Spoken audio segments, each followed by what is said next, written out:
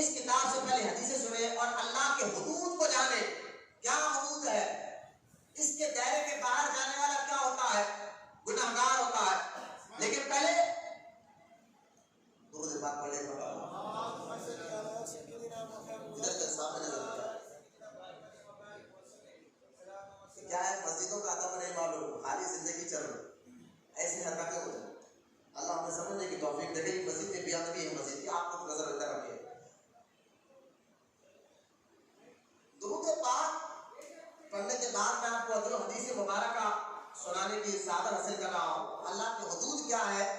بندہ اللہ اس کے رسول کا نافرمان کب ہوتا ہے؟ کیونکہ میں سمجھتا ہوں زیادہ وقت بھی آج نہیں ہوگا کہ عمل زیادہ ہے، لیکن جو باتیں ہیں میں آپ بارش بنا دیں کہ اللہ کی رحمت ہے، ہم سب جانتے ہیں، لیکن آج رحمت ہی کی ضرورت ہے. جب بندہ توبہ کرتا ہے تو رحمت ہی برستی ہے. اب جہاں غریبوں کا کوئی پوچھنے والا نہیں، لوگ دھڑا دھڑ مر رہے ہیں، تو اب اللہ کی رحمت ہی ہے، اللہ کی رحمت کا دروازہ ہی ہے. وہی تو اگر معاف نہیں کرے گا پھر بھی معاف کون کرے گا؟ غفور رحیم تو وہی ہے. معاف کرنا اللہ کو پسند ہے، توبہ کرنا ہماری عادت ہے، معاف کرنا یہ اللہ کو پسند ہے. تو لہذا پانی کو آپ غور نہ کریں، جن کو میری باتوں پر توجہ دیں. اللہ کے حدود کیا ہے؟ حدیث مبارکہ ہے. حدیث سے پاک حضرت ابن عباس رضی اللہ تعالیٰ عنہ روایت فرماتے ہیں، میں نے اللہ کے رسول صلی اللہ علیہ وسلم کو یہ فرماتے ہوئے سنا ہے کہ تمہاری کمریں، اللہ کے رسول فرماتے ہیں میں تمہاری کمروں کو، کمر کو پکڑا ہوا ہوں، کہیں تم دوزخ میں نہ گر جاؤ، کہیں تم دوزخ میں نہ گر جاؤ، کہیں تم دوزخ میں نہ گر جاؤ. یہ الفاظ سرکار نے 3 مرتبہ کہا. میں تمہاری کمروں کو پکڑا ہوا ہوں، کہیں تم دوزخ میں نہ گر جاؤ. 3 بار کہا اور کہا دوزخ سے بچو، اور دوزخ سے بچو، اللہ کے حدود کو پار نہ کرو. یہ فرمایا گیا جب سرکار فرماتے ہیں کہ جو اللہ کے حدود ہے، میں تمہاری کمر کو پکڑا اس لیے ہوں کہ تم اللہ کے حدود کو پار نہ کرو. یعنی سرکار یہ بتا رہے ہیں کہ جو میرے طریقے پر چلے گا وہ اس دائرے کے اندر رہے گا جس دائرے کو اللہ تعالیٰ نے لکھا، اس دائرے کے اندر رہے گا. یہ حدود ہے اللہ تعالیٰ کا، اور جو اس کو پار کرے گا وہ نافرمان ہوگا، گناہگار ہوگا. سرکار فرماتے ہیں ایسا مت کرو، اس دائرے کو پار مت کرو، ورنہ اگر اس دائرے کو پار کریں گے تو تمہارا حالت تم دوزخ میں جاؤ گے، اور اس دائرے کے اندر رہو گے، حدود کے اندر رہو گے تو سرکار فرماتے ہیں قیامت کے دن میں اپنے ہاتھ سے تمہیں جامع کوثر پہنا ہوگا. ہم مسلمان ہیں، اللہ پر ہم جیسے یقین رکھتے ہیں، اللہ ہے یقین رکھتے ہیں، رکھنا بھی چاہیے. نہیں رکھنے والا تو دنیا اسلام سے ہی باہر ہو جائے گا. اللہ ہے یقین رکھتے ہیں. اسی طرح موت پر بھی ہمیں یقین رکھنا ہے، تقدیر پر بھی ہمیں یقین رکھنا ہے، حساب و کتاب پر بھی ہمیں یقین رکھنا ہے. تو موت تو آنی ہی ہے، موت کا کوئی بھروسہ ہے ہی نہیں ہے، وہ آنی ہے. لیکن اس سے پہلے ہمیں یہ بات جاننا ضروری ہے کہ کن کاموں سے اللہ تعالیٰ ناراض ہوتا ہے اور کن کاموں سے اللہ تعالیٰ راضی ہوتا ہے. ان کاموں کو جانو گے تو دنیا میں بھی کامیاب ہوگے اور آخرت میں بھی کامیاب ہوگا. سنیں ایک اور حدیث مبارک، حضرت ثوبان رضی اللہ تعالیٰ عنہ فرماتے ہیں اللہ کے رسول علیہ السلام نے ارشاد فرمایا، ضرور میں اپنی امت میں، اب دیکھیے میں سمجھتا ہوں سرکار نے ہمارے لیے یہ بات بتائی ہے اور اس کو توجہ دیا. سرکار نے فرمایا ضرور میری امت میں کچھ لوگ قیامت کے قریب آئیں گے. مکے میں ایک بہت بڑا پہاڑ ہے، شمال کی طرف ایک پہاڑ ہے. سرکار اس پہاڑ کا یہاں پر نام لیا، اس پہاڑ کا نام ہے تہامہ پہاڑ. مکے میں پہاڑ ہے، بہت بڑا پہاڑ ہے جس کی لمبائی چوڑائی اونچائی بہت ہے.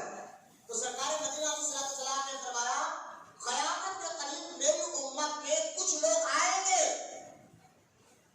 اور وہ تہامہ پہاڑ کے برابر ان کے پاس نیکیاں ہوں گے. تہامہ پہاڑ کے وجہ سے اتنی نیکیاں ہوں گے. سرکار نے مثال دے کر سمجھا جس کی چوڑائی لمبائی اونچائی اتنی نیکیاں اس کے پاس ہوں گے.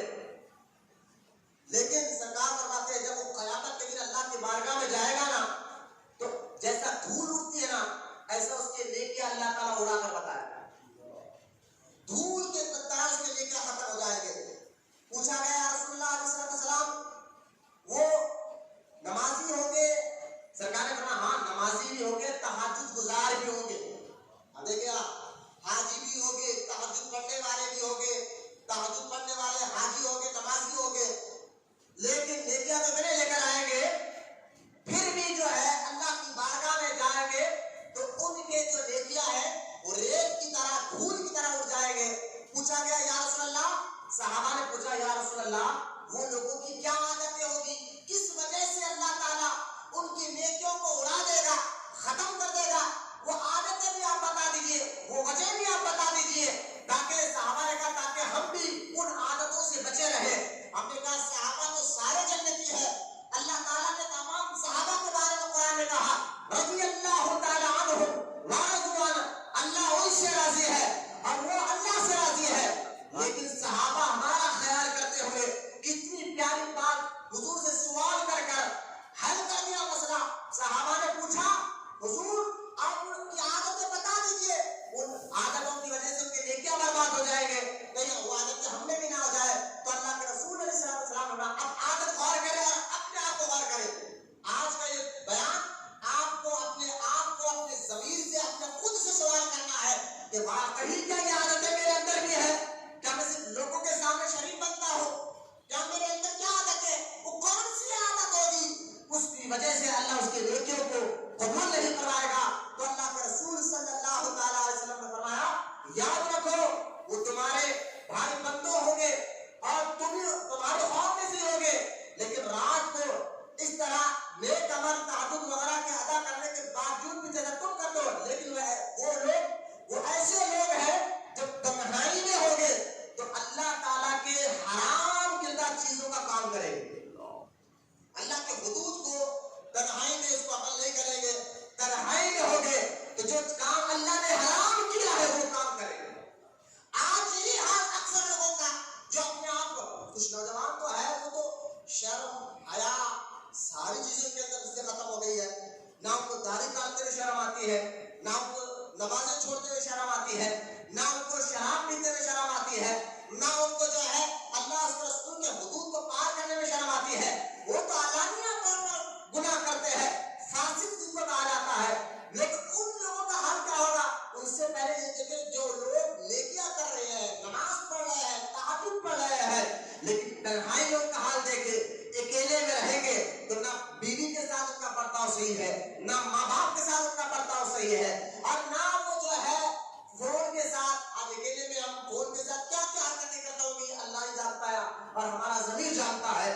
غور کریے، سرکار نے فرمایا تنہائی میں بھی اللہ کے حدود کو وہ برابر مکمل صحیح طور پر ادا نہیں کریں گے تو اللہ تعالیٰ ان کے سارے نیکیوں کو قیامت. وہ تو سوچ رہے ہوں گے میرے پاس تو بہت نیکیاں ہے، لیکن جب اللہ کی بارگاہ میں جائیں گے تو اللہ پاک کہے گا تنہائی میں تو فلاں کام کرتا تھا.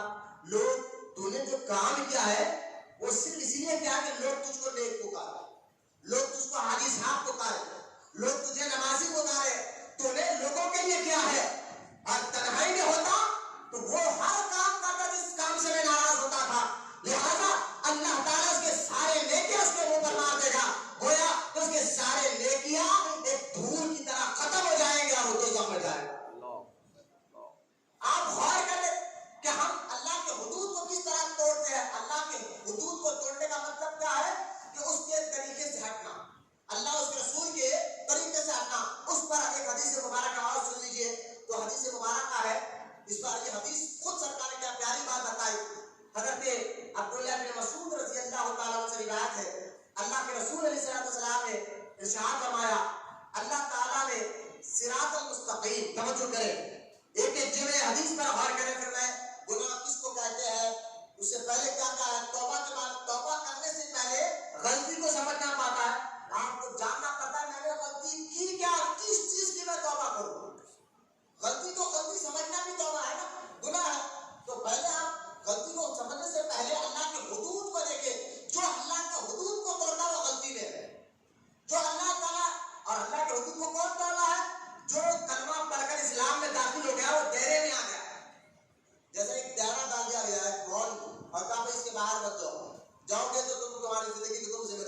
اندر رہو گے تو ہماری حفاظت میں رہو گے. تو ہم کلمہ پڑھ کر دہلی کے اندر آ گئے.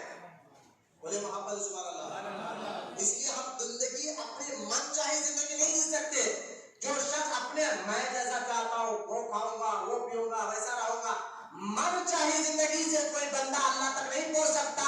ہاں جس کو رب چاہی زندگی ملتی ہے وہ بندہ دنیا میں بھی کامیاب ہوتا ہے اور آخرت میں بھی کامیاب ہوتا ہے.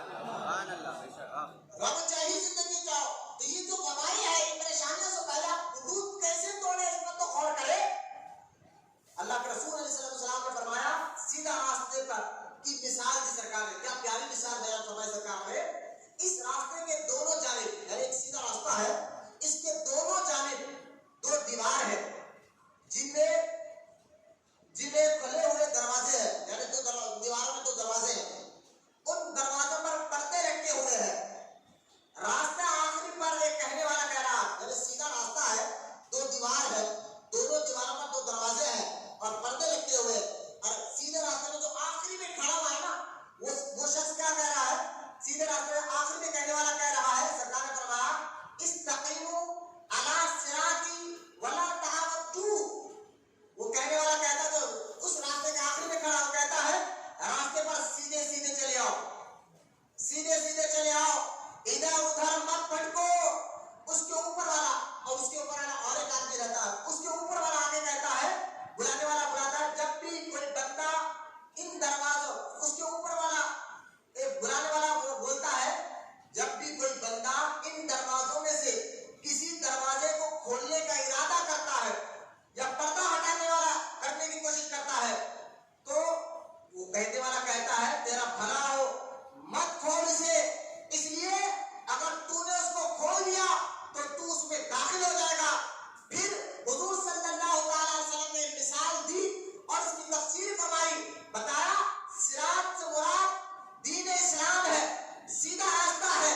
جو کھلے ہوئے دروازے ہیں وہ دروازوں سے مطلب سرکار نے فرمایا دروازوں کا مطلب اللہ کے حرام کردہ چیزیں, جن چیزوں کو اللہ رسول نے حرام کیا ہے وہ حدود ہے, حد ہے اس کے پر پردے کرے ہوئے ہیں.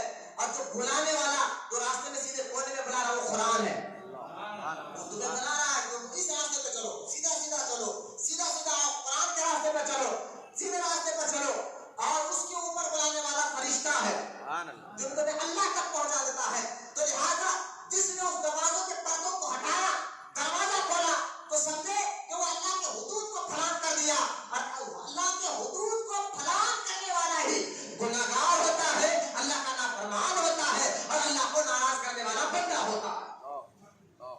یہ دو حدیثیں چند میں نے آپ کو ترغیب اور ترہیب سے اس لیے بتائی تاکہ پہلے آپ کو پتا تو چلے کہ گناہ کہتے ہیں کس کو ہے, غلطی کہتے ہیں کس کو. کیونکہ ہمارا حال یہ ہو گیا ہے کہ غلطی کو ہم غلطی سمجھنے کے لیے تیار نہیں ہے, گناہ کو گناہ سمجھنے کے لیے ہم تیار نہیں ہے. اور اس طرح کے کئی ہیلے بہانے, بولے زندگی ہے, جوانی ہے, موج مستی کرنے کا ٹائم ہے, یہ جوانی یہ تو نماز روزے بوڑھوں کا کام ہے, ابھی یہ بہت عمر ہے, یہ آخری عمر میں جا کر ہاتھ میں تسبیح لیں گے, چہرے پہ داڑھی رکھیں گے.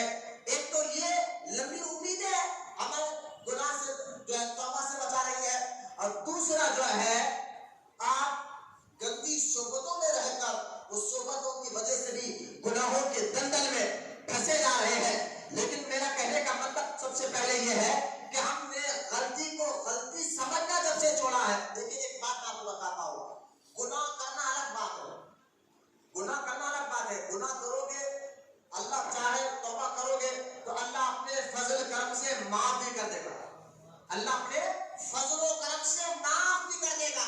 یہ اس کی مرضی ہے, جب توبہ کرو گے حضور کے صدقے میں اللہ معاف بھی کر دے گا. لیکن گناہ کرنا الگ بات ہے, گناہ کو اچھا سمجھنا الگ بات ہے. دونوں میں فرق ہے, دو چیزوں میں فرق ہے. پہلے میں آپ کو بتاتا ہوں, گناہ کرنا الگ بات ہے, گناہ کرنا الگ بات ہے. اس کو سمجھنے سے پہلے یہ بات بتا لیں کہ گناہ کی دو قسمیں بھی ہوتی ہیں. کتنے قسمیں ہوتی ہیں آپ لوگ توجہ کریں. میں آپ کو یہ وائرس کا انشاءاللہ اس تقریر میں علاج بھی بتا رہا ہوں اور ہمیں کرنا کیا ہے یہ بات کو سمجھانے کی کوشش کر رہا ہوں. اللہ ہمیں سمجھنے کی توفیق عطا فرمائے. یہ آج موضوع توبہ ہے. توبہ سے پہلے ہماری زندگیوں کا حال دیکھیے, ہمارے عادتیں, ہماری مزاج کا حال دیکھیے کہ ہم ایسی بیماریاں، ایسی طرح طرح کی پریشانیاں ہمارے اوپر مسلط کرتی جا رہی ہے. آپ غور کریں. اس سے پہلے میں آپ کو بتاتا ہوں گناہ بھی دو طریقے کے ہوتے ہیں، ایک کبیرہ اور ایک صغیرہ گناہ. کبیرہ گناہ کہتے ہیں بڑا اور صغیرہ گناہ کہتے ہیں چھوٹا. بڑے گناہ کے لیے توبہ ضروری ہے. اگر آپ نے کوئی بڑا گناہ کر دیا جیسے نماز چھوڑ دیا اور جیسا شراب پی لیا، زنا، جوا، قتل، غارت گیری، یہ بڑے گناہ ہیں. اس کے لیے بغیر توبہ کے، اور توبہ کے بھی کچھ الگ شرائط ہے انشاءاللہ بتاؤں گا آخری میں. یہ بڑے گناہ اور کچھ چھوٹے گناہ ہیں. وہ چھوٹے گناہ درود پڑھنے سے بھی معاف ہو جاتے ہیں. بولے محبت سے سبحان اللہ. ایک بار اگر محبت سے سبحان اللہ بھی کہہ دے تو اللہ آپ کے چھوٹے گناہوں کو معاف فرما دیتا. آپ نے وضو کیا، اللہ نے آپ کے چھوٹے گناہ معاف فرما دیا. آپ نے درود پڑھا، اللہ نے آپ کے چھوٹے گناہ معاف فرما دیا. آپ نے قرآن کی تلاوت کی، اللہ نے آپ کے چھوٹے گناہ معاف فرما دیا. آپ نے نماز پڑھا تو اللہ آپ کے چھوٹے گناہ معاف فرما دیا. تو بعض گناہ وہ ہے جو نماز کے ذریعے معاف ہو جاتے ہیں، درود کے ذریعے معاف ہو جاتے ہیں، وضو کے ذریعے معاف ہو جاتے ہیں، ایک بار سبحان اللہ محبت کے ساتھ تصویر پڑھنے سے معاف ہو جاتے ہیں. لیکن بعض گناہ ایسے ہیں نماز پڑھنے سے، توبہ نماز پڑھنے سے اور جو ہے وضو کرنے سے معاف نہیں ہوتے جب تک اس کی سچی توبہ نہ کی جائے. اس کو کہتے ہیں کبیرہ گناہ، بڑے گناہ جس کے لیے توبہ لازم ہے. اور توبہ کے بارے میں ایک اور بات یاد رکھے، اللہ تعالیٰ قرآن میں فرماتا ہے توبوا الی اللہ توبۃ نصوحا. اے ایمان والو اللہ کی بارگاہ میں سچی توبہ کرو اور ایسی توبہ کرو کہ وہ توبہ تمہیں آگے تک پہنچائے، یعنی اللہ تک پہنچا دے. بولے محبت سے سبحان اللہ. اور ایک بار آیت میں اللہ تعالیٰ فرماتا ہے توبہ کرنے والے کے لیے. ایک اور آیت میں اللہ تعالیٰ فرماتا ہے کہ توبہ کرنے والوں سے اللہ کہتا ہے میں ان سے محبت کرتا ہوں. یہ تو آپ توبہ. اب اور غور کریں آپ، خود حضور صلی اللہ تعالی علیہ وسلم دن میں 70 مرتبہ استغفار پڑھ کر اللہ کی بارگاہ میں توبہ کیا کرتے تھے. لیکن اس سے پہلے ایک اور بات میں بتا دوں، نبی سے گناہ ہوتا ہے نہیں.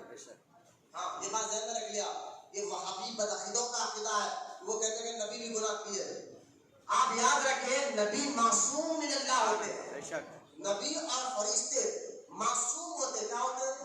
آپ پہاڑی شریعت میں یہ 1400 سال سے سارے مسلمانوں کا عقیدہ چلتے جا رہا ہے. یہ آج کی بات نہیں ہے کہ آج کہا جائے. آپ بیٹے بات بتایا جو پچھلے دور سے مسلمان جس طریقے پہ چلتے ہوئے آ رہے ہیں وہ اہل سنت کا جماعت کا طریقہ. مجھے محبت سے سبحان اللہ. اور آج یہ نئے بابا ہم جو لکھ رہا ہے لوگوں چلیے چلا کرشی ہو کر نگر گلی پھر کے تبلیغی جماعت بدعقیدوں کا جماعت لے کر پھر رہا ہے. جو ہونا ہے اللہ سے ہونا ہے، بندوں سے کچھ ہونا نہیں ہے، اس طرح کی باتیں کرنے والے یہ آج نکلے ہیں. طرح طرح کی نئی نئی باتیں کر کر اپنے ایمان اور اپنے عقیدے کو لوٹا جا رہا ہے. لیکن سنیں ایک عقیدہ یہ آپ کے لیے ضروری ہے.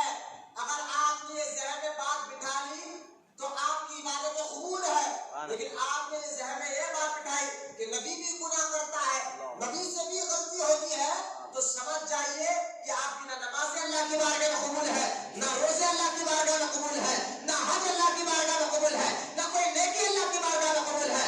کیوں؟ کیونکہ نبی کو معصوم جاننا ہر مسلمان کے لیے ضروری ہے. مجھے محبت سے سبحان اللہ. ہاں معصوم جانا، یار نبی سے گناہ ہو ہی نہیں سکتا. یہ سمجھے معصوم کا معنی نبی اور فرشتے ایسے ہیں جن سے گناہ ہو ہی نہیں سکتا. اگر آپ کہیں گے کوئی وہاں بھی کہے گا اچھی بات ہے بھائی گناہ نہیں ہوگا، لیکن آدم علیہ السلام سے تو ہوا، وہ بھی تو نبی ہے. آدم علیہ السلام جنت میں جو ہے وہ دانا کھا لیا تھا تو لہٰذا اسے تو گناہ ہوا ہے، خطا ہوئی ہے. تو ہم کہتے سنو آدم علیہ السلام سے جنت میں وہ گناہ نہیں تھا، وہ بھول تھی. بولے محبت سے سبحان اللہ. وہ بھول تھی، چوک تھی، کرنے کچھ گئے ہو گیا کوئی، وہ خطا اجتہادی تھی. اور سنے نبی سے گناہ تو ہوتا نہیں، وہ خطا اجتہادی تھی. اور وہ خطا پر تو سارے اولیاء اکرام آدم علیہ السلام کی جو خطا ہوئی نا، جو بھول ہوئی ہے، اس بھول پر غوث اعظم کہتے ہیں میں کیوں قربان ہو جاؤں. غریب نواز کہتے ہیں میں بھی قربان ہو جاؤں. بندہ نواز کہتے ہیں میں بھی آدم علیہ السلام کی اس بھول پر قربان ہو جاؤں. کیوں؟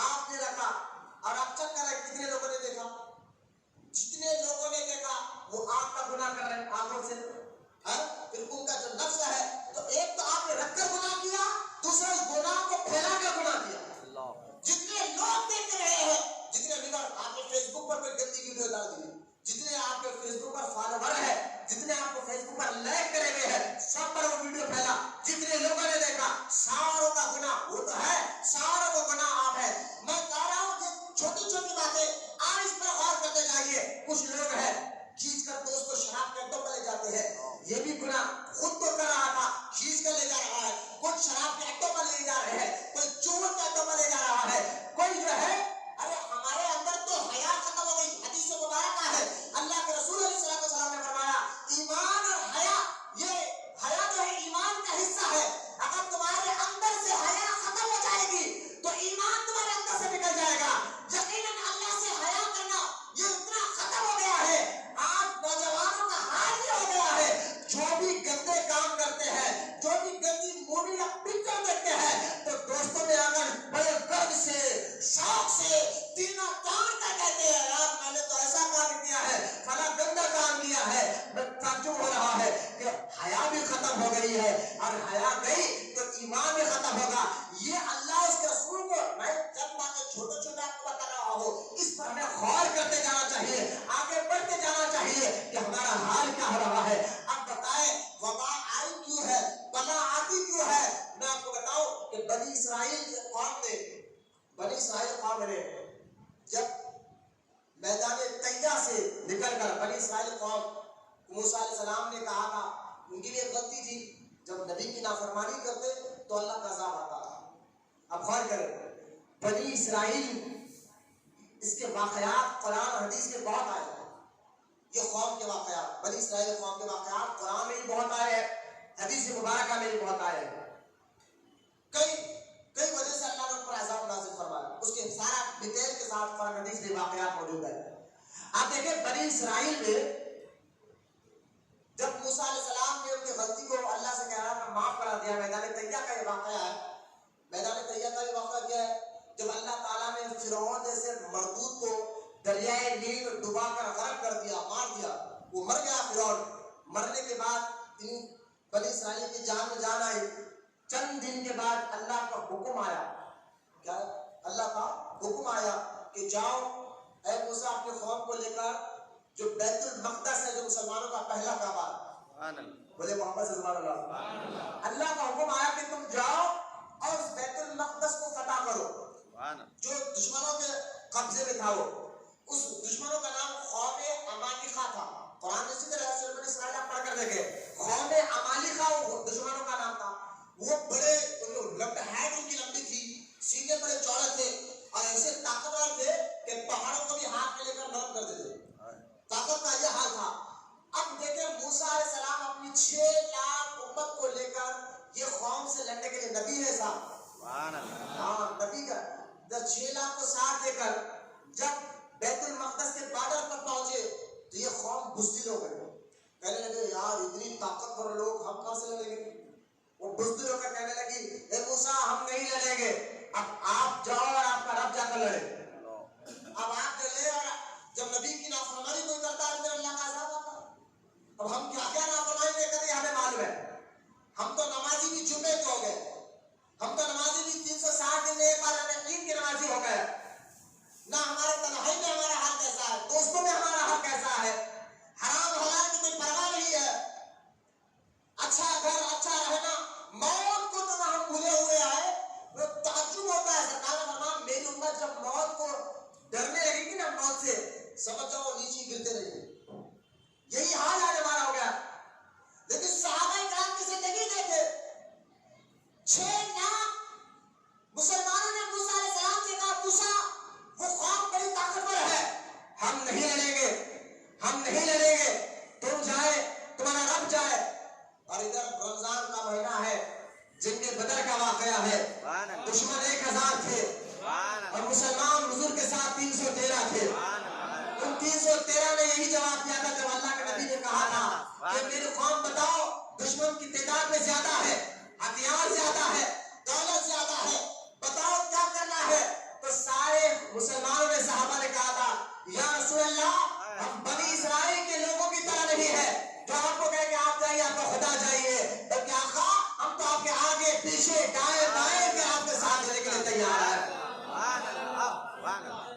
خیر یہ آپ کی تاریخ تھی. ہماری تاریخ میں ایسے نوجوان گزرے ہیں, اس امت میں ایسے نوجوان گزرے ہیں.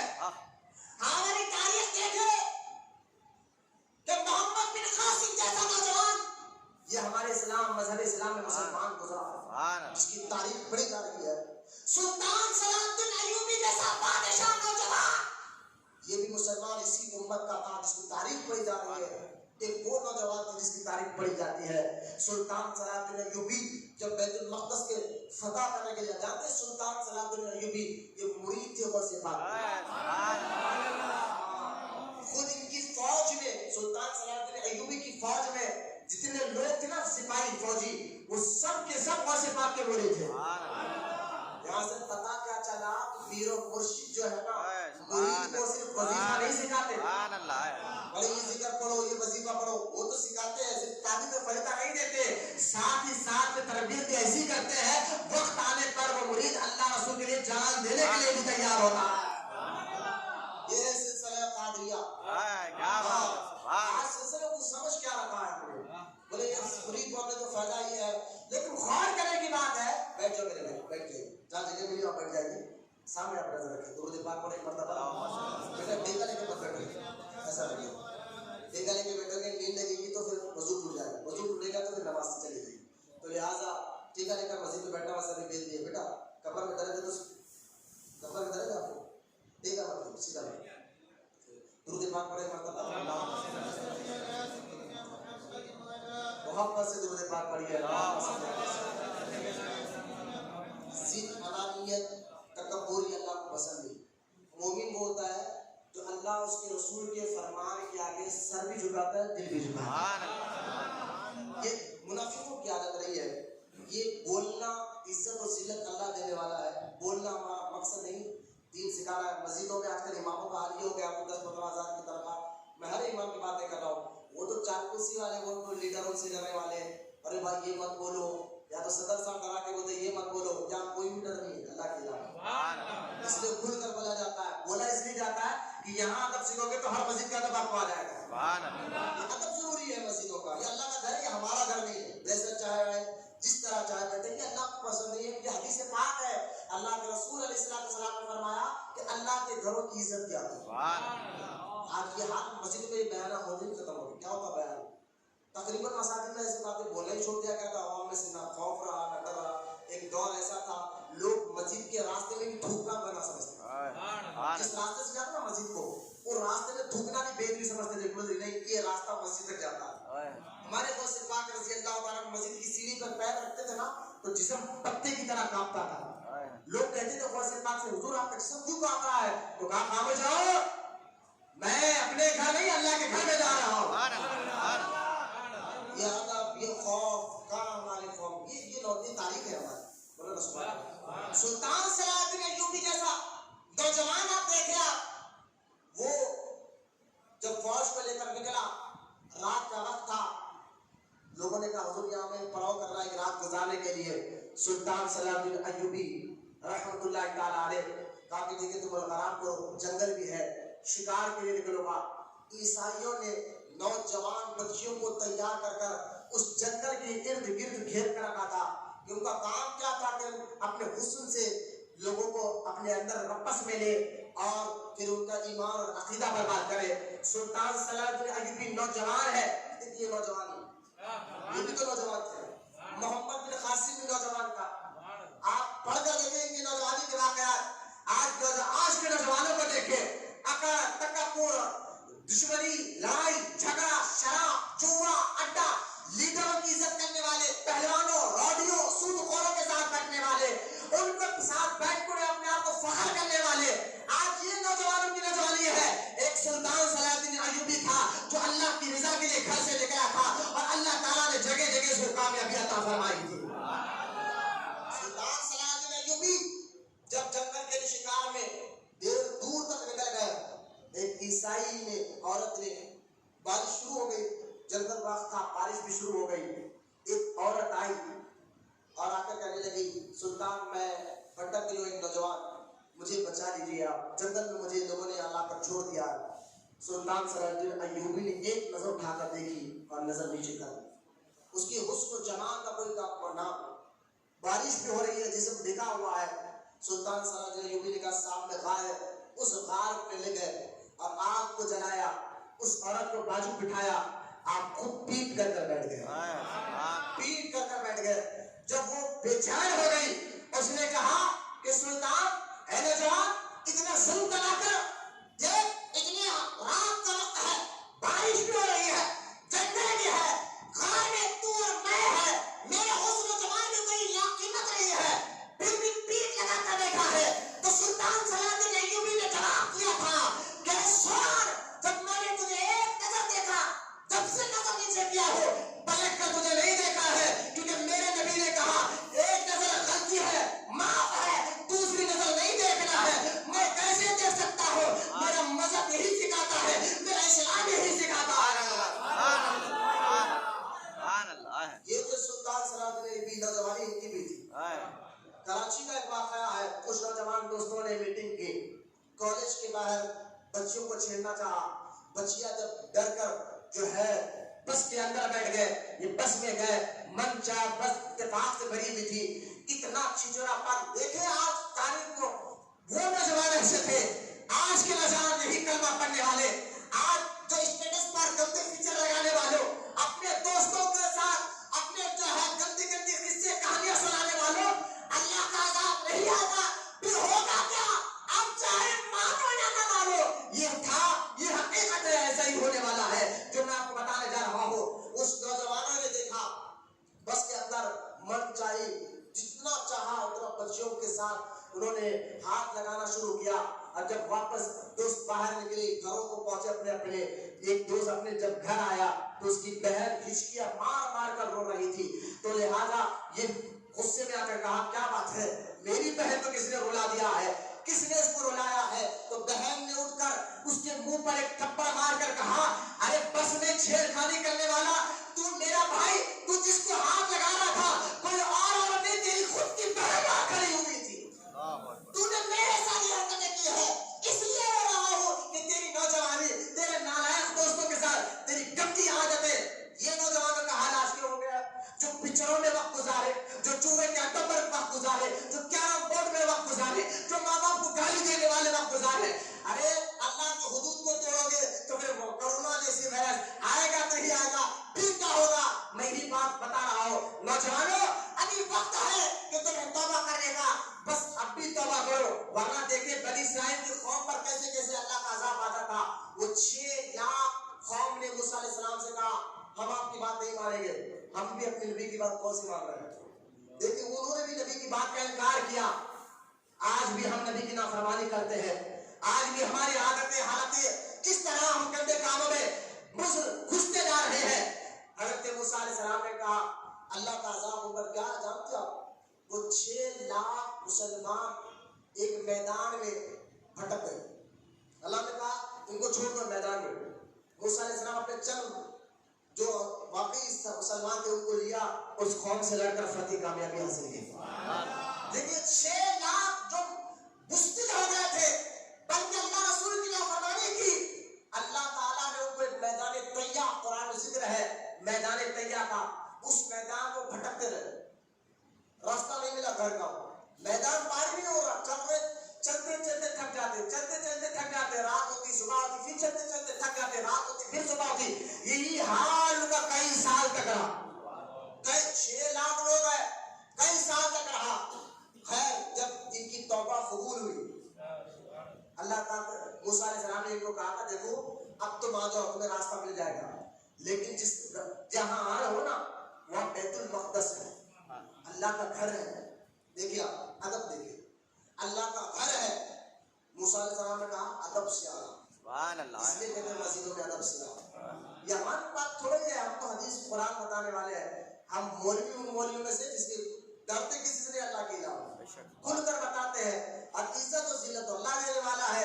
اگر یہ ممبر پر بیٹھ کر لوگوں کو بات صحیح نہیں بتایا جائے تو کون بتائے، کون سمجھائے گا؟ یہ حق ہی ہے یہاں پر بیٹھ کر لوگوں کو حلال اور حرام، صحیح اور غلط کا بتایا، تبھی تو آپ سمجھیں گے نا دین کیا ہے، اللہ کا حدود کیا ہے. موسیٰ علیہ السلام نے کہا تھا کہ دیکھو تم جس گھر میں آ رہے ہو بیت المقدس میں ادب کے ساتھ آؤ، تعظیم کے ساتھ آؤ. انہوں نے کہا جی جی جی بالکل بالکل بالکل. جیسا ہی موسیٰ علیہ السلام بول کر آگے بڑھے یہ لوگ مذاق اڑانے لگے.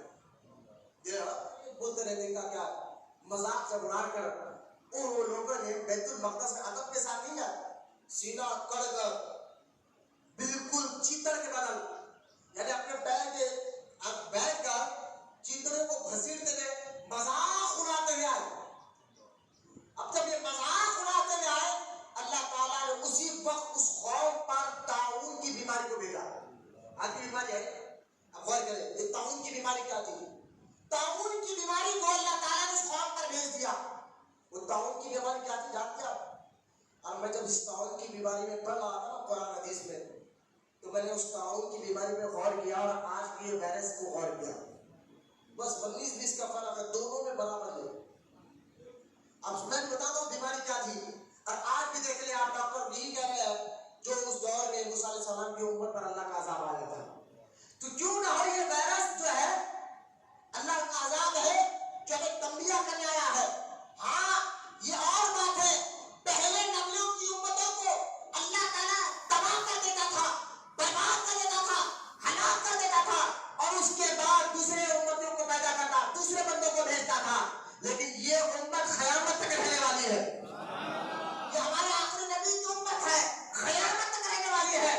اس امت پر ایسا عذاب نہیں آئے گا جیسا عذاب نوح علیہ السلام کی امت پر آیا تھا, جیسا عذاب صالح علیہ السلام کی امت پر آیا تھا, جیسا عذاب لوط علیہ السلام کی امت پر آیا تھا, جیسا عذاب یحییٰ علیہ السلام کی امت پر آیا تھا, جیسا عذاب زکریا علیہ السلام کی امت پر آیا تھا, جیسا عذاب موسیٰ علیہ السلام کی امت پر آیا تھا, جیسا عذاب ابراہیم علیہ السلام کی امت پر آیا تھا. یہ ایسا عذاب اس امت پر نہیں آئے گا. ہاں اللہ تعالیٰ وارننگ ضرور دے گا, تنبیہ ضرور کرے گا, سدھر جاؤ وقت ہے, ابھی توبہ کر لو. یہ تنبیہ ہے اللہ کی جانب سے, لیکن یہ خوف کبھی ختم نہیں ہوگی. اچانک اللہ کا عذاب نہیں آئے گا. آپ نے نہیں دیکھا صالح علیہ السلام کی امت پر جب وہ حد سے زیادہ سرکش ہو گئی, حد سے زیادہ اللہ رسول کی نافرمانی کرنے والی بنی, جب اسلام کا آج دیکھیے ہم کیا کر رہے ہیں, جتنے خوف وہ کام کرتے تھے. آپ دیکھیے لوط علیہ السلام کی امت کا حال دیکھیے, جن پر اللہ تعالیٰ نے فرشتوں کو کہہ کر پتھر برسائے تھے, اور جو پتھر جس کو لگ جاتا کلیجہ پھٹ جاتا اور وہیں پر وہ مر جاتا. کسی قوم پر اللہ نے فرشتے کو بھیجا اور اس فرشتے نے آ کے اللہ کے حکم سے ایسی چیخ ماری, لوگوں کے چکر جو ہے گچڑے پھٹ گئے. ایک قوم پر اللہ نے کہا تھا کہ دیکھو ہفتے کے دن یہ کام مت کرو, لیکن انہوں نے وہ کام ہفتے کے دن کرنا شروع کیا تو ان کی قوم نے سے 5 گروپ بن گئے. ایک گروپ کہنے لگا یہ کام مت کرو, اس سے اللہ ناراض ہوتا ہے, لیکن پھر بھی وہ کام کرنے لگے تو انہوں نے دور ہٹ کر اپنا ایک الگ دیوار بنا لیا. اور جو قوم اللہ رسول کی نافرمانی کرنے والی بنی, ان 12,000 لوگوں کو اللہ تعالیٰ نے بندر بنا دیا تھا.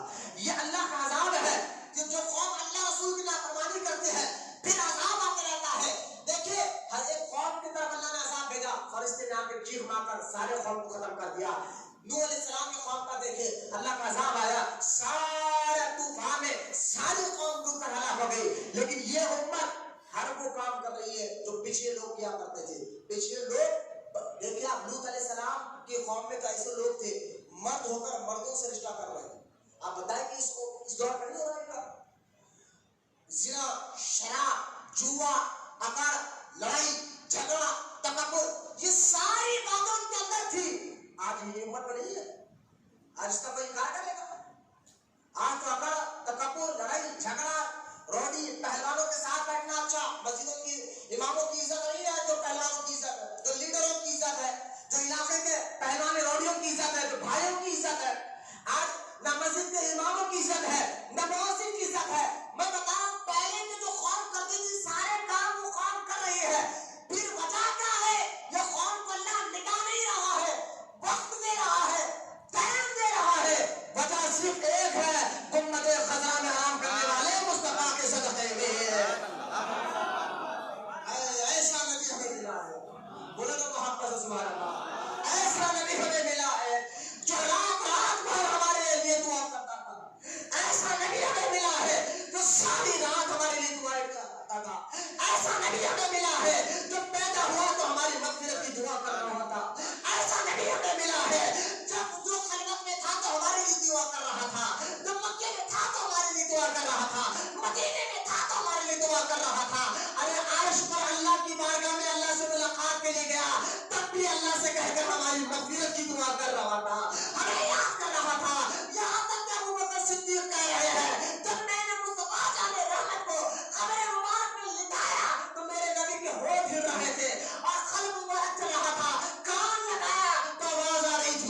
امت ایسا میری امت کو معاف کر دے، بڑی گناہگار ہے۔ یقین جانیے ایسا عذاب نہیں آ رہا ہے جو پچھلی قوموں پر عذاب آتا تھا۔ کیوں؟ یہ حضور کا صدقے میں بھی آ رہا ہے۔ اللہ فرماتا ہے پیارے جب تک تو ان کے اندر موجود ہے ہم ایسا عذاب بھیج ہی نہیں سکتے ہیں۔ آپ کہیں گے کہ مولانا پھر یہ کیا ہے جو آ رہا ہے؟ میں نے کہا یہ عذاب نہیں ہے، اللہ گناہ گاروں کے لیے وارننگ ہے۔ بے شک وارننگ آپ نے سمجھا؟ آپ کسی کو وارننگ نہیں دے؟ دیکھو آج سمجھا دے رہا ہوں، کل سے نہیں کر رہا۔ یہ وارننگ تنبیہ جس کو کہتے ہیں، یہ اللہ کہہ رہا ہے۔ یہ بھیج کر کہہ دیکھو عبرت پکڑو عبرت۔ آئے مولانا روم رحمۃ اللہ تعالیٰ علیہ نے مشہور کتاب مثنوی شریف لکھی ہے۔ مثنوی شریف میں تو عنوان سے ہٹا نہیں ہوں، تعلق جو ہے کر بتاؤں گا اور آپ درس کو بھی آپ دیکھیں گا، لیکن مثنوی شریف کی یہ حکایت سن کر پھر آنے والی بات آپ کو آسانی سے سمجھ میں آئے، اس لیے میں آپ کو دور سے لے کر آ رہا ہوں۔ مثنوی شریف میں مولانا جلال الدین رومی رحمۃ اللہ تعالیٰ علیہ نے ایک بہت ہی پیاری بات لکھتے ہوئے آپ فرماتے ہیں کہ ایک شیر اور ایک بھیڑیا ایک لومڑی، یہ تینوں جنگل میں شکار کے لیے نکلے، اور یہ تینوں جب شکار کرنے کے لیے پہلے تو انہوں نے نیل بیل کو مارا، نیل گائے کو شکار کیا، اس کے بعد ایک ہرن کا شکار کیا، اس کے بعد ایک خرگوش کا شکار کیا۔ اب نیل گائے، ہرن اور خرگوش یہ تینوں جانا سامنے آئے، شیر، بھیڑیا اور لومڑی تینوں بیٹھے ہیں۔ تو شیر نے بھیڑیے سے کہا بتاؤ اب یہ حصے داری کیسے کریں گے، ہم یہ تین جانوروں میں باٹا باٹی کیسے کریں گے؟ تو بھیڑیے نے کہا کہ شیر راجا تو جنگل کا راجا تو ہے، حساب تو آسان ہے، نیل گئی تیرے لیے، ہرن میرے لیے، خرگوش جو ہے لومڑی کے لیے۔ تو شیر کو بڑا غصہ آیا، راجا تھا نا، اس نے کہا میں فیصلہ کرنا تھا، میں بولنا تھا، تو یہ بولنا تھا شیر صاحب آپ کا فیصلہ کریں، لیکن تو نے اپنی طرف سے فیصلہ کیوں کیا؟ شیر کو غصہ آیا، شیر نے ایک ایسا پنجہ مارا اور وہ جو ہے لومڑی وہاں جو ہے بھیڑیا اسی وقت مر گیا۔ اب شیر نے لومڑی سے کہا کہ بتا تیری رائے کیا ہے؟ تو شیر نے لومڑی نے کہا چاہا تھی، بولے بادشاہ جو آپ کی رائے ہے، جو آپ کو پسند ہے۔ تو کہا ٹھیک ہے، گائے میں سے حصہ اور ہرن میں سے حصہ یہ لے لے۔ لومڑی نے حصہ لیا، سینڈ میں آ کر کہا اللہ تیرا شکر ہے، پہلے مجھ سے سوال کرتا تو میرا بھی حال وہی ہوتا۔ پہلے اس نے بھیڑی سے سوال کیا، اس کو دیکھ کر میں ہوشیار ہو گیا، اس کو دیکھ اس کو میں اگلا گرا پچھلا ہوشیار، اس کو دیکھ کر میں ہوشیار ہو گیا۔ تو اللہ تعالیٰ مولانا روم رحمۃ اللہ علیہ کی حکایت دے کر ایک بات سمجھانا چاہتے ہیں۔ وہ کہتے ہیں کہ دیکھو تم سے پہلے جو قوم آئی ہے نا، وہ قوم کو دیکھا ان پر عذاب ہونے، ان کا جو گناہ کا کام تھا، ان کے گندے کام تھے جس کی وجہ سے ان پر عذاب آیا ہے، اس کام کو دیکھو، ان پر جو عذاب آیا تھا اس عذاب کو دیکھو اور تم شکر کرو کہ تم آخری امت ہو۔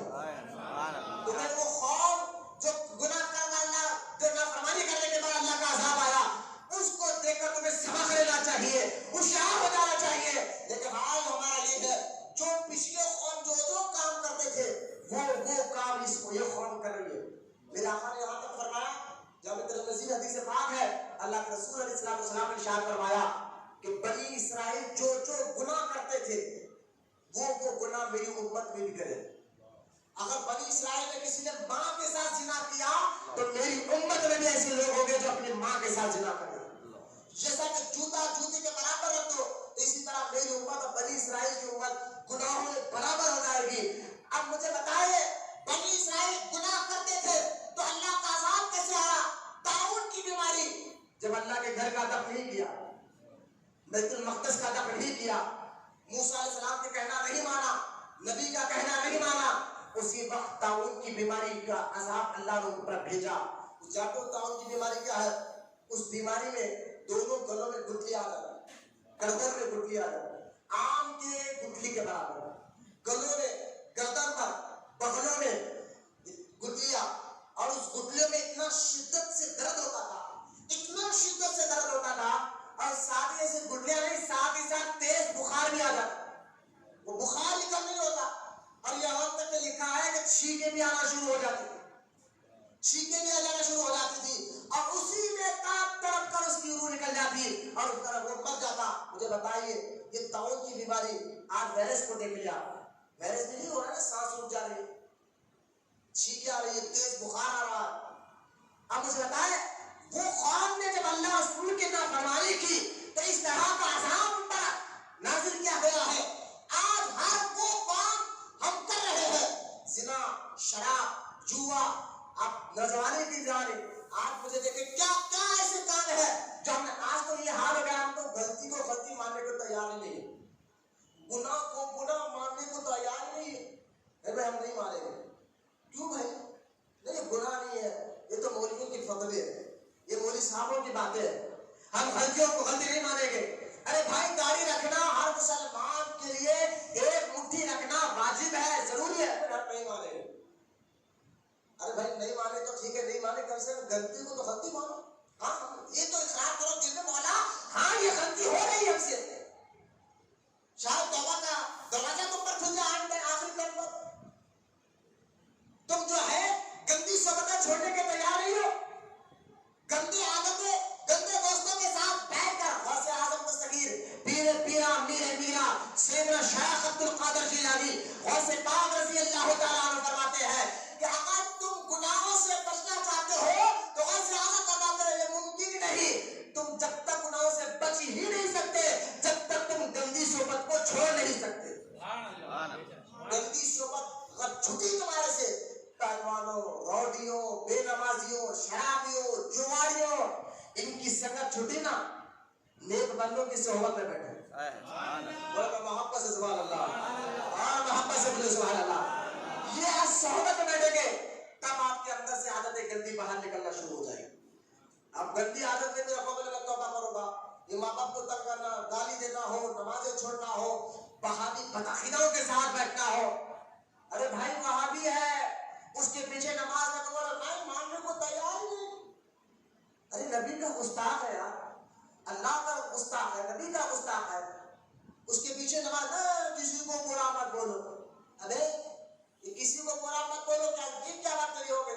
بولے نہیں ہم کسی کو برا نہیں بولتے، ہم سب کو لے کر چلتے ہیں. میں نے کہا یہ لیڈروں کی بات ہمارے پاس نہیں چلتی، کیونکہ جب مرو گے کفن پہنایا جائے گا غسل دینے کے بعد، اب تو اللہ کرے یار یہ بیماری مرا تو غسل بھی نہیں ہو رہا ہے، کیا ہمارا حل ہوگا؟ اللہ خیر یہ بیماری میں اگر ایمان کے ساتھ کوئی مر رہا ہے، ایمان والا اگر کوئی مر رہا ہے بیماری میں، اللہ اس کو شہادت کا ثواب دیتا ہے. بولے محبت سے سبحان اللہ.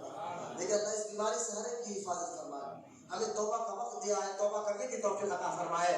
لیکن سنو، مرو گے کفن میں لپٹا کر قبر میں ڈال دیا جائے گا. دوست ہے جس دوست پر آپ بھڑے پہ تلتے تھے، یہ میرا دوست ہے پہلوان لیڈر، یہ آقا، یہ تکبر، سب ختم، سب ختم. ایک لمبی امیدیں بھی ہے نا جو ہمیں توبہ کرنے نہیں دے رہی. ہم نے بوڑھوں کو دیکھ لیا، ارے فلاں آدمی اتنے بوڑھے تک جی رہا، میں بھی یہ عمر تک جیوں گا تب وہ توبہ کروں گا. یہ لمبی امیدیں ہیں جو ہمیں توبہ کرنے نہیں دیتے. یہ گندے دوست ہیں جو ہمیں توبہ کرنے نہیں دیتے. لمبی امیدیں ہمارے ذہن میں خیال بیٹھ جاتا ہے مضبوط، ارے ابھی بوڑھا ہوگا. جبکہ سرکار نے فرمایا میری امت کی عمر جو ہے نا 50 یا 60 سال کے درمیان رہی، بس 50 یا 60 سال کے درمیان. اس کے آگے کو جینا بہت کم لوگ دیتے ہیں، لیکن سرکار کی حدیث بتا رہا ہوں، بولے سبحان اللہ.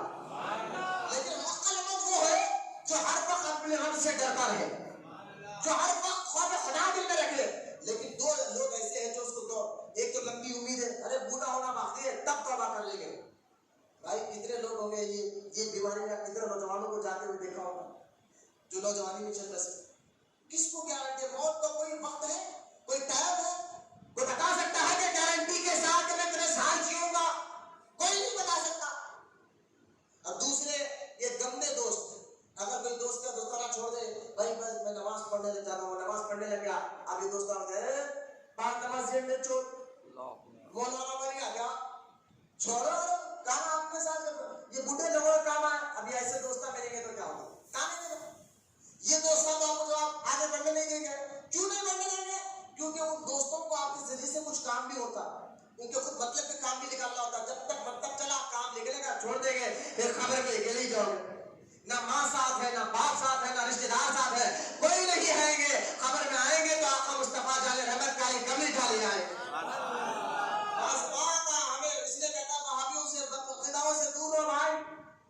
یہ آپ کے ایمان ڈوب لیں گے، نبی کے بارے میں گندے باتیں اپنے ذہن میں بٹھا دیں گے. پھر ایک تو یہ گندے لوگ، گندی صحبتیں جو آپ کو توبہ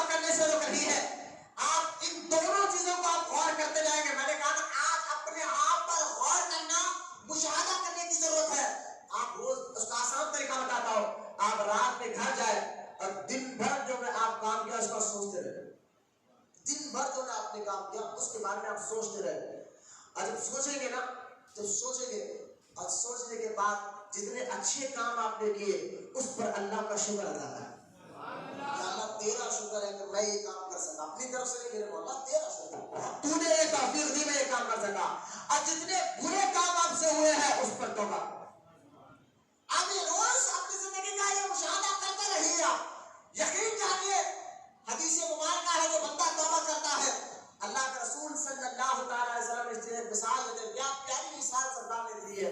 سرکار فرماتے ہیں کہ سنو، ایک آدمی جنگل میں جا رہا ہو اونٹ لے کر، اور اونٹ پر اس کے کھانے پینے سونے کا سامان ہو، کئی دن کا سفر ہو، بیچ جنگل میں رات کچھ دیر سونے کے لیے اس نے اونٹ کو چھوڑ کر ذرا آرام کیا، اور جب آنکھ کھولا تو دیکھا کہ اس کے اونٹ گم گیا. بڑا تلاش کرنے کے بعد اونٹ نہیں ملا. ایک تو جنگل، اونٹ پر سارا سامان چلا گیا، کھانے پینے کا رہنے کا. اب بتائیے، اب اس کو موت چاروں طرف سے نظر آنے لگی. یار نہ اونٹ رہا، نہ سواری نہیں، نہ میرا سامان رہا. اب وہ موت کے انتظار میں بیٹھا رہا، اور اسی انتظار میں پھر آنکھ لگی. لیکن جب آنکھ کھولی تو دیکھا کہ اونٹ سامنے کھڑا، اونٹ سامنے کھڑا ہے. تو اتنا خوش ہوا، اتنا خوش ہوا، خوشی میں کہا یا اللہ تو میرا بندہ میں تیرا رب. اس طرح کے جملے خوشی میں نکل گئے. تو میرا بندہ میں تیرا رب. حدیث مبارکہ ہے اس طرح کے جملے خوشی میں نکل گئے. پھر بعد میں اس نے کہا مولا تو میرا رب ہے میں تیرا بندہ ہوں. سرکار نے فرمایا خوشی میں جملے نکلے نا. اسی طرح کوئی گناہگار بندہ جب اللہ کی بارگاہ میں توبہ کرتا ہے، اللہ اس سے زیادہ اللہ کو خوشی ہوتی ہے. توبہ کرنے والوں سے اللہ خوش ہو جاتا ہے. یہاں تک ایک اور حدیث مبارکہ ہے، جب کوئی بندہ گناہ کرتا ہے، گناہ کرنے کے بعد احساس ہوتا ہے، احساس کو جگاؤ اپنے اندر، ندامت کو جگاؤ، غلطی کو غلطی مانو. ہاں ہم سے غلطی ہو رہی ہے. غلطی کو غلطی نہیں مانو گے تو پھر گناہ کا وہ تو آپ اسلام سے باہر نکل. ملا جیون رحمۃ اللہ تعالیٰ علیہ شاہجہاں کے دور میں تھے، اورنگزیب کے والد شاہجہاں یہ شاہجہاں کے دور میں تھے. ایک دن بادشاہ کو دل میں خیال آیا کہ میں ریشم کا کپڑا پہنوں گا. اب دیکھیں پورا ریشم کا کپڑا پہننا یہ مرد کے لیے حرام، اور اس پر علماء کے فتوے ہیں کہ کچھ تھوڑا بہت رہا تو چل جاتا، لیکن پورا ٹوٹل اوپر سے نیچے تک ریشم لگا ہوا ہو ایسا کپڑا مرد کے لیے بولے گا یہ حرام ہے. اب یہ حد کو آپ پار نہیں کرتے، اللہ نے یہ حد دے دیا ٹوٹل ریشم کا کپڑا. تو اب اس لیے شاہجہاں نے کو خواہش پیدا ہوئی کہ میں ریشم کا کپڑا پہنوں. اس نے کیا کیا فتوا مانگا. وہاں کے جتنے مولوی تھے جو بادشاہ کے آؤ بکر تھے، بادشاہ کی بات سنتے تھے، کہا یار بادشاہ فتوا وغیرہ، انہوں نے کہا آپ پہن سکتے فتوا دے دیا. جب فتوا دے دیا تو شاہجہاں نے کہا ہے ملا جیون سے ہی فتوا لو. یہ ہمارے دور کے بہت بڑے مفتی بھی ہے، بہت بڑے عالم بھی ہے، یہ ان سے فتوا لاؤ. ملا جیون رحمۃ اللہ علیہ نے کہا کہ جاؤ بادشاہ سے کہو کہ میں اس کا جواب دلی کی جامع مسجد میں دوں گا. کیونکہ اللہ والے اللہ کے علاقے سے ڈرتے. دلی کی جامع مسجد میں کھڑ کر ملا جیون رحمۃ اللہ علیہ نے جملہ کہا تھا جو آپ کی تاریخ میں لکھا ہے. ملا جیون رحمۃ اللہ علیہ فرماتے ہیں سنو، گناہ کرنا الگ بات ہے، گناہ کو صحیح سمجھنا یہ الگ بات ہے. لہذا اگر بادشاہ پین لیتا تو گناہگار ہوتا، لیکن پین اس نے صحیح سمجھا. اللہ نے جس کام کو حرام کیا اس نے اپنے آپ پر کہا یہ حلال ہے، یہ تو کہہ سکتا ہوں صحیح ہے، اس نے صحیح سمجھا. تو ملا جیون نے کہا بادشاہ نے حرام کو حلال سمجھا، اس لیے بادشاہ بھی کافر ہو گیا ہے، اور بادشاہ کے ساتھ فتوا دینے والے سارے مولوی بھی کافر ہو گئے. دیکھیے آپ گناہ غلطی کرنا کیا لگا، یعنی مطلب یہ ہے کہ غلطی کو غلطی سمجھو. ہاں مجھ سے غلطی ہو گئی تب توبہ کا دروازہ کھلتا ہے، پھر بھی توبہ کی توفیق ملتی ہے، اللہ توبہ کرنے کا موقع دیتا ہے. اور جو عقل کا تکبر کے ساتھ غلطی ہی نہ سمجھے، وعدوں کے ساتھ ملنا غلطی نہ سمجھے، بتعقیدوں کے ساتھ ملنا غلطی نہ سمجھے، داڑھی کاٹنا غلطی نہ سمجھے، شراب کی محفل پہ بیٹھنا، شراب پیٹوں پہ جانا، شراب پینا غلطی نہ سمجھے. میں نے کہا پھر حرام کو تم حلال سمجھو تو پھر تم اسلام سے باہر ہو جاؤ. کم سے کم گناہ کو گناہ سمجھ کر افسوس کرتا ہے نا، ہائے اللہ میں سے گناہ ہوا ہے. جب وہ افسوس کرتا ہے، گناہ کے توبہ کے 3 شرطیں ہیں. پہلی شرط کیا ہے کہ غلطی کو غلطی ماننا، غلطی کو غلطی توبہ سمجھ رہے ہیں کہ اوپر سے اللہ اے اللہ توبہ توبہ کہاں پکڑ یہ توبہ نہیں ہے. حدیث سے بات کیا ہے کہ توبہ زبان سے ہو دل میں کچھ ہو، ارادہ دل میں ہے کہ نظارے بھی بولنا مولانا بولتے رہتے ہیں جمعہ ختم بات ختم، گھروں میں جائیں گے کھانا کھائیں گے سوئیں گے نا، یا آپ اوپر سے بولے نا توبہ کرنے والے والا اوپر سے توبہ توبہ نا، یہ توبہ نہیں ہے۔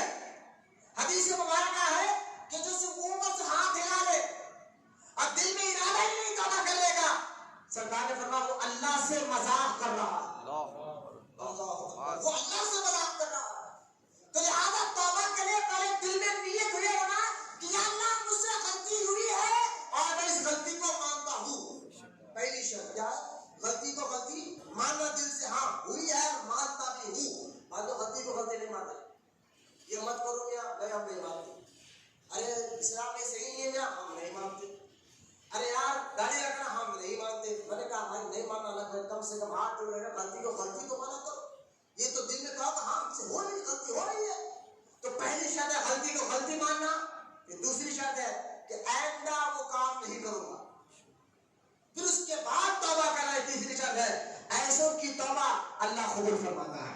حدیث مبارکہ میں کہ بندہ جب گناہ کرتا ہے اور پھر توبہ کرتا ہے، اللہ کہتا ہے کہ اے فرشتوں یہ میرا بندہ ہے، میرا بندہ ہے، اور اس کو معلوم ہے کہ میں ہی توبہ کرنے کو قبول کرنے والا ہوں، میں ہی معاف کرنے والا ہوں، میں ہی غفور ہوں، میں ہی رحیم ہوں، اس لیے تو میرے پاس آ رہا ہے توبہ کرنے، اس لیے تو میرے پاس آ رہا ہے توبہ کرنے۔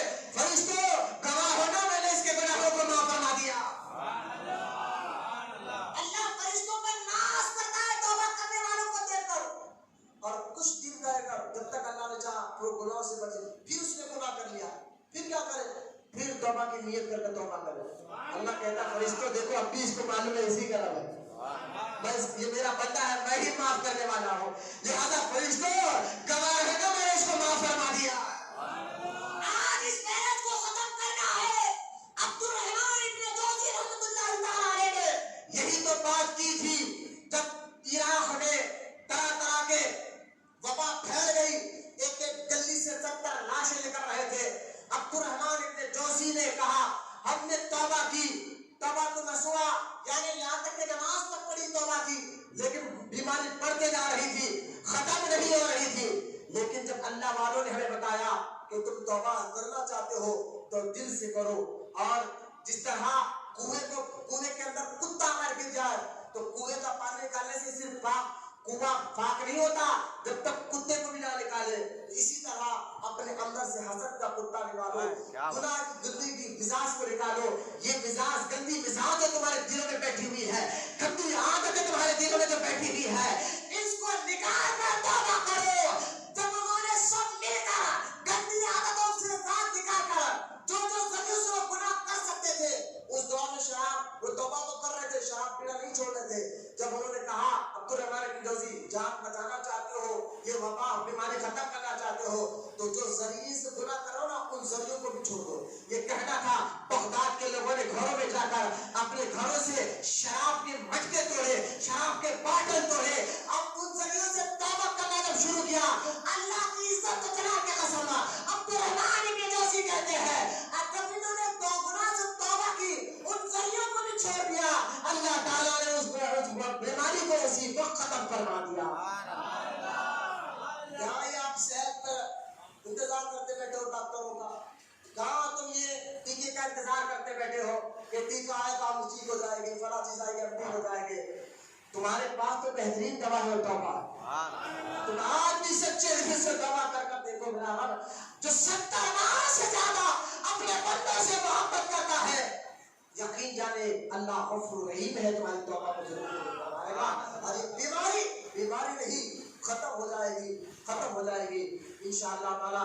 آنے والا توبہ پر اور باتیں کہ توبہ کی کتنی قسمیں ہوتی ہیں، کہ حقوق اللہ کی توبہ الگ ہے، حقوق العباد کی توبہ الگ ہے، اور توبہ کو چھڑانے، گندی عادت چھڑانے کے لیے بہترین ہے اللہ والوں کی صحبت میں۔ انشاءاللہ اس پر آنے والے جمعہ میں، کیونکہ وقت ختم ہو گیا، بارش بھی ہو رہی ہے، انشاءاللہ آنے والے جمعہ میں آپ کے سامنے اس پر گفتگو کروں گا۔ آپ سنت پڑھنے سے کرنے سے پہلے چند معروضات ہیں، ایک تو تھوڑا پیار دے، سننے سے زیادہ عمل کی توفیق عطا فرمائے، وما علینا الا البلاغ والحمد للہ رب العالمین۔